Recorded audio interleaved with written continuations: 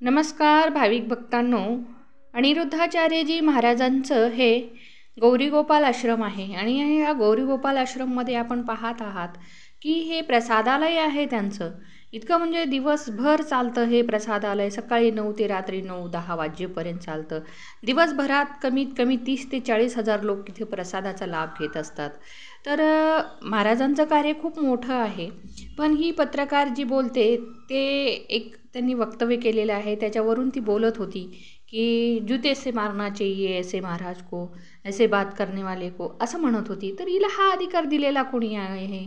आपण पाहतात की अनिरुद्धाचार्यजी महाराजांच्या ज्या प्रसादालयामध्ये सगळेजण प्रसाद घेत आहेत, त्याच्यामध्ये असं काही भेदभाव नाही आहे, जातीवादीचा भेदभाव नाही आहे, गोरगरीब श्रीमंत असं काही नाही आहे. प्रत्येकजण तेथील प्रसादाचा लाभ घेतात. आम्हीसुद्धा गौरीगोपाल गोशालेला पण गेलेले होते आणि गौरीगोपाल आश्रमामध्ये पण गेलेले आहेत. आम्ही तिथला प्रसाद ग्रहण केलेला आहे. आम्ही तिथे जवळपास 6-7 दिवस राहिलेले आहोत आणि 6-7 दिवस आम्ही गौरीगोपाल च्या आश्रमातील प्रसाद ग्रहण केलेला आहे. आता आपण पाहतात या गोशालेमध्ये किती गायी आहेत, चहूकड गायी आहेत आणि गायीचं संगोपन करतायत अनिरुद्धाचार्यजी महाराज. इथे म्हणजे गोदान पण होतं त्यांच्या गोशालेमध्ये.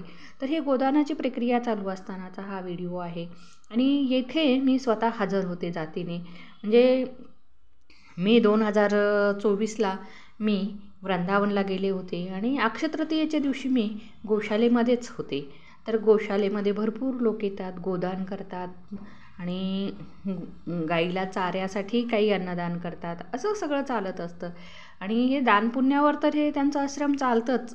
पण दानपुण्य मिळालेलं ते सत्कर्मी लावणारे पण लोक असायला पाहिजेत. तर असे हे अनिरुद्धाचार्यजी महाराज आहेत जे 290 वृद्ध मातांना सांभाळतात. आपल्याला एक माता सांभाळणं होत नाही, तर ते 290 माता सांभाळतात. असं हे महान कार्य करणाऱ्या लोकाला जर एखादी टिप्पणी थोडी इकडी तिकडी झाली तर महाराजही म्हणतात की मी म्हणताना कुछ लडकियाँ असाच शब्द वापरला होता, पण लोकांनी तो कुछ हा शब्द काढून टाकून म्हणजे त्याचा शब्दाचा अपभ्रंश करून जी वार्ता फैलवलेली आहे आणि त्यांना जी बदनामी केलेली आहे त्यांच्याबद्दल त्यांना खूप दुःख वाटलेलं आहे आणि त्यांनी माफीसुद्धा मागितलेली आहे. माझ्या वक्तव्यामुळे जर तुम्हाला कोणाला त्रास झाला असेल तर म्हणून त्यांनी माफ करा किंवा क्षमा करा असंही म्हणलेलं आहे.